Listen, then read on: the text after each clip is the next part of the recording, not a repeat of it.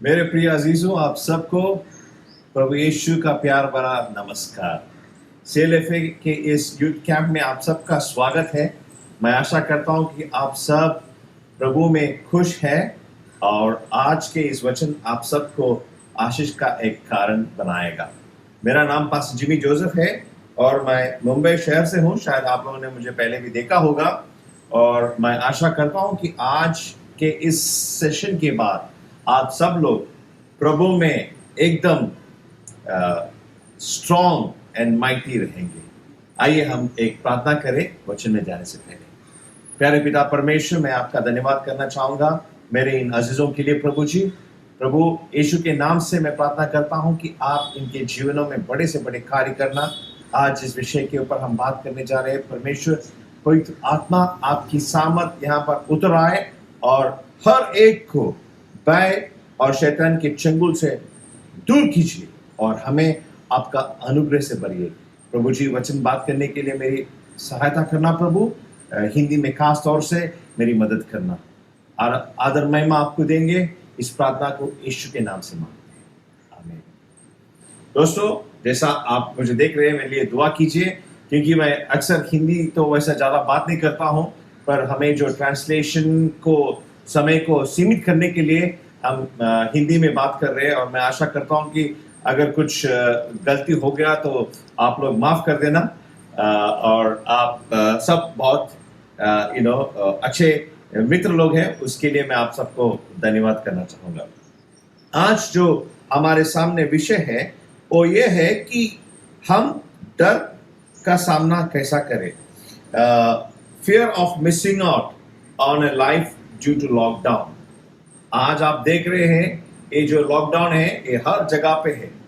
अभी ये fear of missing out जो है उसको हिंदी में अगर ट्रांसलेट करना चाहो तो हम कुछ खोने वाले हैं, वैसा एक डर हमें है।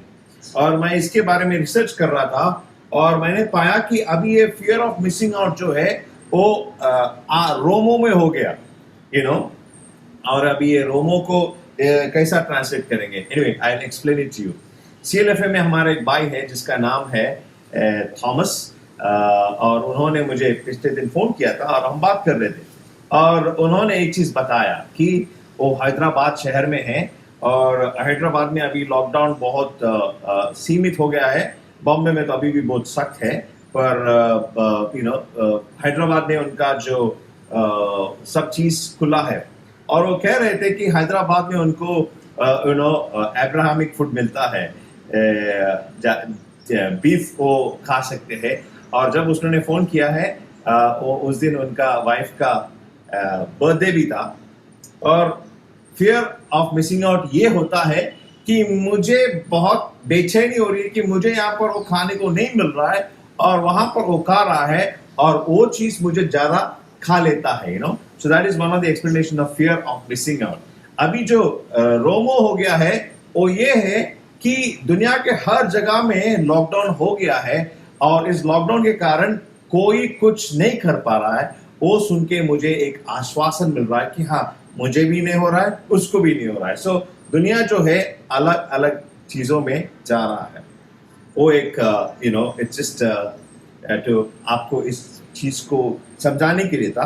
पर मैं आपसे कहना चाहूंगा, ये जो डर है कोविड का, ये जो सिचुएशन है, हम इसके बारे में मजाक तो कर सकते हैं पर ये बहुत सच है और इसके द्वारा कई लोग को डर निर्वाणी रूप से आता है और आने में कोई गलती भी नहीं है। इस दुनिया के बड़े से बड़े नेता जो थे, ब्रिटेन का जो प्राइम मिनिस्टर था जिसका नाम बोरिस जॉनसन है, उनको भी कोविड हुआ था और उनके टीम ने कहा है कि उनका जो बचने का चांसेस था वो 50% तक कम हो गया था। मतलब आर या पार हो सकता था। इतना बड़ा सुरक्षित व्यक्ति वो इस वायरस की चपेट में आ गया। क्यों? उनके बारे में। मैं जहां पर हूं, मेरा घर वाशी में है। मेरे घर से 2 बिल्डिंग के उस पार एक अस्पताल है और उस अस्पताल में कुछ लोगों को कोविड वायरस हो गया और उन्होंने उस अस्पताल को सीज किया। कहने का मतलब है कि ये इतना नजदीक आ गया है और ये जो डर है ना, इट्स पैल्पेबल। और उस डर को हम डिनाई नहीं कर सकते। पर सवाल यह है कि क्या हम इस डर के अधीन हो जाए। आपको एक जल्दी से एक उदाहरण देता हूं। वर्ल्ड वॉर 2 में सबसे बड़ी जो परेशानी थी वो थी हिटलर की, जो यूरोप में बाकी देशों के ऊपर उन्होंने बहुत प्रभावशाली रूप से आक्रमण किया और उनको गुलाम बनाया, और वो चाहता था कि एक नाजी एम्पायर पूरा यूरोप में all the way to Russia, all the way across Europe वो कर पाए। पर क्या हुआ, उनके पास एक रणनीति थी। वो रणनीति ये थी कि उनके पास उस समय में सबसे बढ़िया एयरफोर्स था, और वो क्या करते थे, किसी देश को आक्रमण करने से पहले वो जाके एरियल बॉम्बिंग करते थे। करने के बाद वो जाके वहां के जो एयरपोर्ट है उसको वो लोग कब्जे में लाते थे, और फिर उसी एयरपोर्ट के इस्तेमाल कर कर बाकी देश के अंदरूनी जगहों में जाके बॉम्बिंग करते थे। वही रणनीति हम देखते हैं कि आज अमेरिका और जो नेटो के फोर्सेस है वो लोग करते हैं, इराक वॉर हो, किसी भी युद्ध हो। कहने का मतलब क्या है दोस्तों कि ये जो एयरफोर्स और जो एयरपोर्ट और जो एयर स्ट्रिप है वो बहुत स्ट्रैटेजिक, बहुत वैल्यूबल है। उसी तरह से हमारा जो दिमाग है वो भी सबसे बढ़िया जगह है हमारे शरीर में, क्योंकि अगर अभी मैं एक निर्णय लेता हूं कि मेरा हाथ को हिलाना, ये हाथ अपने आप से नहीं हिलता, क्योंकि मेरा ब्रेन कमांड दे रहा है, उस कारण से मैं इस एक्शन को कर पा रहा हूं। हमारा जो ये ब्रेन है is the seat of our decision making, और कई बार शत्रु जो है उसका डर को हमारे इस बुद्धि के ऊपर आक्रमण करता है और हम उसके अधीन हो जाते हैं, और उस डर की वजह से हम लोग उन चीजों को करते हैं जो हमें करनी नहीं चाहिए। और खास तौर से इस जगह, इस समय पे जब दुनिया कोविड के गिरफ्त में है, हम देखें कि ये डर क्या होता है और क्यों होता है। तो मैंने जब Google in the sense I was trying to do my research, मेरा रिसर्च कर रहा था, तब मैंने देखा कि ये सब अंग्रेजी में है, तो थोड़ा मेरे साथ सब्र कीजिए टू अंडरस्टैंड, टू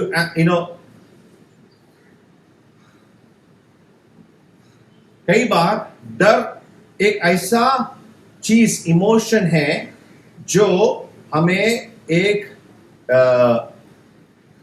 डेंजर की थ्रेट को हमारे सामने लाता है और हमें पेन या हमें डर होता है। समझे ना, ये जो डर है हमें उन चीजों के बारे में डराता है।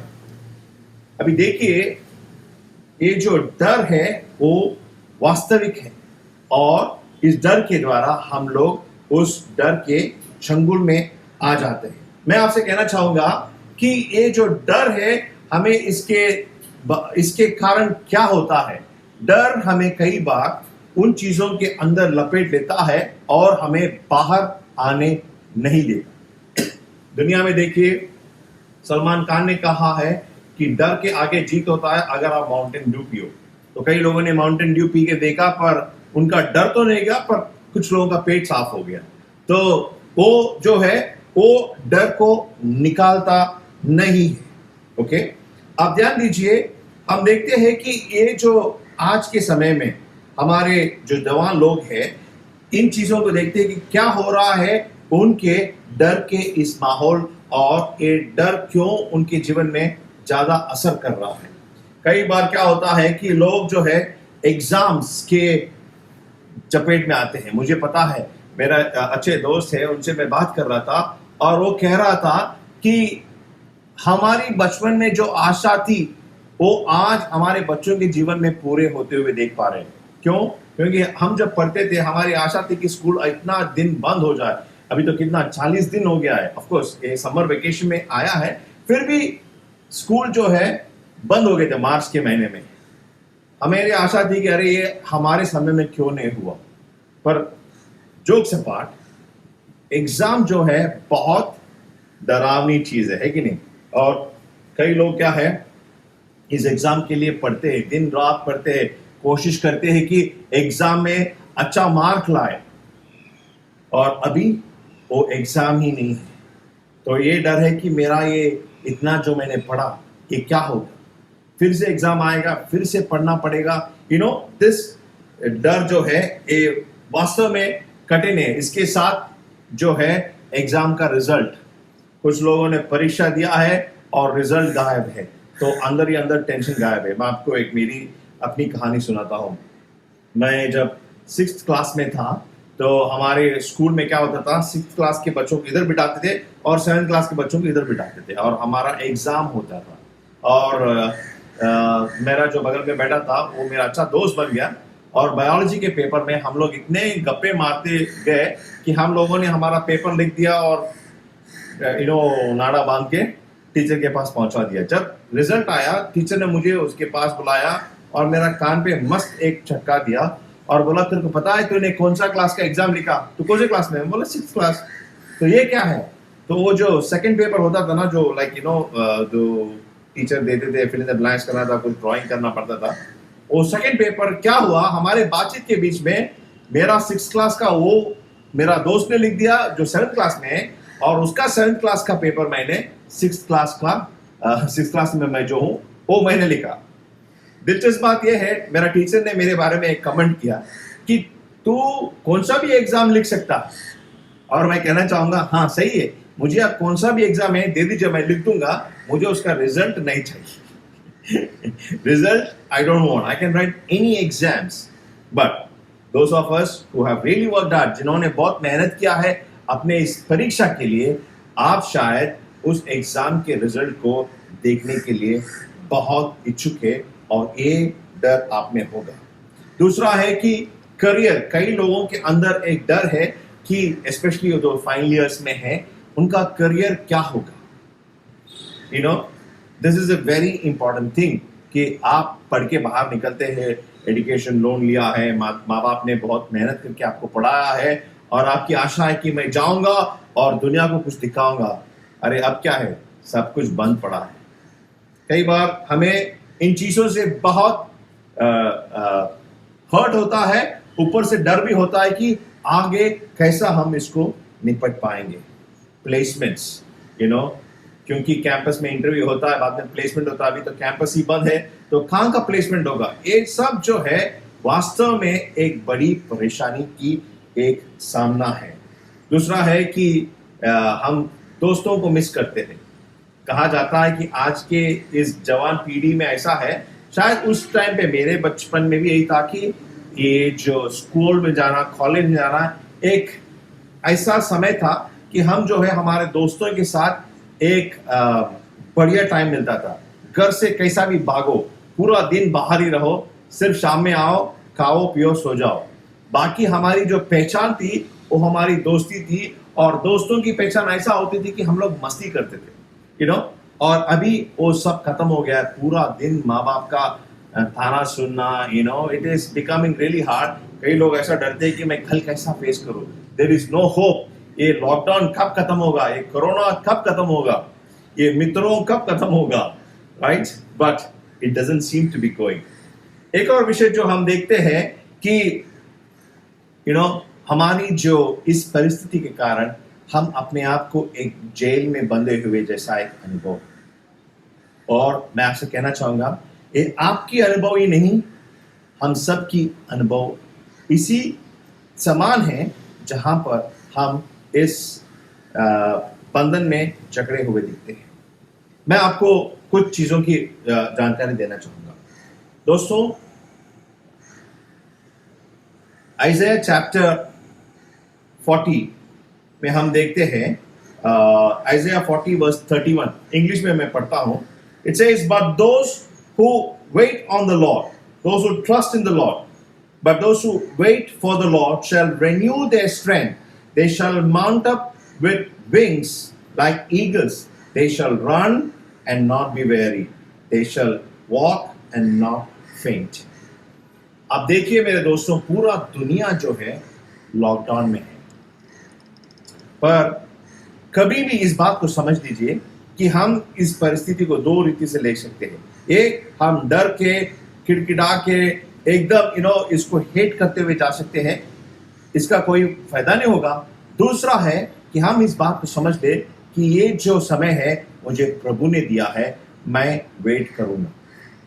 मेरी वाइफ के सिस्टर है, उसका नाम विंसी है। ये लॉकडाउन मार्च में शुरू हुआ, राइट? वो उसको जो है एक जॉब नहीं मिल रहा था, लगभग 1 साल से वो कोशिश कर रही थी, 1 साल या 8 महीने कुछ, बहुत प्रयास किया, बहुत उसको दुख हुआ, रोज उसको इंटरव्यूज और तिरस्कार। और उस दौरान बिंसी ने एक चीज किया, वो जो है प्रभु के वचन में गई, वो जो है प्रार्थना करते रही, और वो जो है इस वचन को पकड़े रही कि मैं प्रभु के वचन को छोड़ूंगी नहीं और मैं उसकी उत्तर के लिए इंतजार करूंगी। मैं आपसे कहना चाहूंगा, ये लॉकडाउन के पहले हफ्ते में उसको एक इंटरव्यू का उन्होंने फॉलो अप कॉल किया और उसको ऐसा जगह पे एक जॉब मिला जहां पे वो घर पे बैठ के काम कर सकती है। अभी तो वही चल रहा है, पर उस टाइम पे भी उन्होंने उसको बोला कि यू कैन वर्क रिमोटली। और वो जो पुराने जॉब में जो 6 महीने में कमा सकती थी, वो अभी उसको 1 महीने में मिल रहा है। What she used to earn like half a year salary, she's getting in 1 month. क्यों? मैं आपसे कहना चाहूंगा दोस्तों, क्योंकि वो प्रभु में प्रतीक्षा की, उसने प्रभु में अपने आप को संभाल कर रखा। मैं आपसे कहना चाहूंगा, इस लॉकडाउन के समय में आप लोग अपने आप को प्रभु के हवाले कीजिए। यीशु मसीह ने कहा कि मैं जो है आपकी भविष्य को, I am the alpha and the omega. मैं सुन रहा था, अभी आप सबको पता है डॉक्टर रवि जकरियास, उन्होंने एक बढ़िया मैसेज दिया था और उस मैसेज में उन्होंने कहा है कि जब वो अलग अलग देशों में अलग अलग कैंपस में जाते हैं और लोगों को प्रभु के बारे में कहते हैं, तो लोग कई बार उनसे पूछते हैं कि why does bad things happen to good people and where is God in all the evil that is happening. परमेश्वर कहां पर है जहां पर दुनिया में इतना सब बुराई हो रहा है। और कई बार ये जो है, हम लोग जो परमेश्वर के नाम में खड़े होते हैं और उसके बारे में लोगों को बताते हैं, उनको ये सवाल कई बार it's like it corners you. और रवि जकरियास बहुत बढ़िया तरह से बताते हैं कि जब भविष्यवक्ताओं ने परमेश्वर से यही पूछा कि प्रभु तू कहां पर है, तो परमेश्वर ने कई बार उनको उत्तर दिया कि I am there right in the middle, in the midst of this suffering, in the midst of this, इन जो मुश्किल समय है, इन जो कठिन समय है, जहां पर मानव जाति परेशान है, उसके बीच में मैं हूं। मैं आपको प्रोत्साहित करना चाहूंगा कि इस कोविड की परेशानी के बीच में हमारा परमेश्वर है। ये एक ऐसा समय है जो परमेश्वर खुद इस परिस्थिति में हमको लाया है। आप अगर एक्सोडस चैप्टर 14 को पढ़ो, आप पढ़िए, बहुत दिलचस्प है। वहां पर हम देखते हैं कि परमेश्वर ने इजरायलियों को रेड सी के पास लाया, और वो ऐसा समय है कि सामने रेड सी है, पीछे फरौन और उसकी सेना है, और दोनों तरफ माउंटेन है, पहाड़ है। और कई लोगों ने मूसा को जाके बोला, क्या वहां पर हमें खबर नहीं थी कि तू हमें इधर लाया है कि हम यहां पर नाश हो जाए। शायद कोविड की परिस्थिति आपको उसी समान लगता है कि परमेश्वर ने आपको लाके यहां पर छोड़ दिया है, पर विश्वास रखिए मेरे दोस्तों, मैं आपसे कहना चाहूंगा कि हमारा परमेश्वर आपको छोड़ा नहीं है। वो जानता है, आप उसके ऊपर विश्वास कीजिए, उसको पकड़े रहिए। यीशु ने कहा कि मैं जीवन देने आया हूं और बहुतायत का जीवन, I have come to give life in abundance. But शायद अभी आपको लगता है कि आपका जीवन जो है वो एकदम रुक गया है और इसका कोई अंत नहीं है। पर मैं आपसे कहना चाहूंगा कि यीशु आपको देख के कहता है कि मैं तेरे लिए एक योजना बना के रखा हूं। यिर्मयाह उसका 33 में कहा है कि call unto me and I will answer you. I have great plans for you. आज मैं आपसे कहना चाहता हूं मेरे दोस्तों और अजीजों कि परमेश्वर आपके लिए एक बड़ी योजना रखा है। आपको उसके ऊपर विश्वास करना है, आपको उस डर की सामना करना है। अंत में एक और चीज कह के मैं इसको खत्म करूंगा, वो ये है कि डर आपको भविष्य में होने वाले चीज के ऊपर विश्वास कराता है कि हाँ, मैं डरता हूं कि मेरा भविष्य खत्म हो जाएगा। आप आपके भविष्य में अभी पहुंचे नहीं, पर आप डरते हैं कि वो ऐसा होगा। मैं आपसे कहना चाहूंगा, जॉयस मेयर ने एक बढ़िया मैसेज में कहा है कि डर जो है विश्वास का दुश्मन है। विश्वास क्या है? इब्रानियों से 11 में कि हम विश्वास करते हैं कि भविष्य में होने वाला चीज होगा। Now faith is the substance of things that we have not seen, assurance of it. इसका मैं कहने का मतलब क्या है कि विश्वास हमें डर की सामना या फिर विश्वास जो है डर को काबू में रखता है। अभी आपको डर कहता है कि तुम्हारा जीवन खत्म हो गया है, सब कुछ खत्म। विश्वास कहता है कि नहीं, मेरा यीशु मेरे लिए नया मार्ग खोलेगा। किसी ने बहुत बेहतरीन रीति से कहा है, miracles can not be explain. उसका मतलब क्या है कि चमत्कार को हम अपने बुद्धि से समझ नहीं पाएंगे। कई बार हम हमारे चमत्कार को समझने की कोशिश करते हैं, वो आपके ऊपर नहीं है। मेरी बहन विंसी कहती है उसको नहीं पता आज वो इतना आराम का जो काम है वो कैसा कर पा रही है, क्योंकि उसका यीशु जिंदा है। मैं आपसे कहना चाहूंगा, मेरा यीशु जिंदा है। वो आपकी परिस्थितियों में आपकी मदद करेगा। आप सिर्फ अपने आप को डर के हवाले मत कीजिए, आप विश्वास कीजिए। आमीन। अंत में मैं कहना चाहूंगा कि आप अपने विश्वास को यीशु में रखिए। यीशु आपको इस परिस्थिति से एक बड़ा उसकी, जैसा मैंने कहा आइज़ाया 43, they will soar on wings like eagles। ओ अपने पर के सवार पर को लहराते हुए उठेंगे। आमीन। आप लोग उठने वाले बने, आप लोग डरने वाले नहीं, आप प्रभु में विश्वास में योद्धा वाले बन सके, ये मेरी प्रार्थना है। प्रभु आप सबको आशीष दे। मुझे सुनने के लिए आपका धन्यवाद।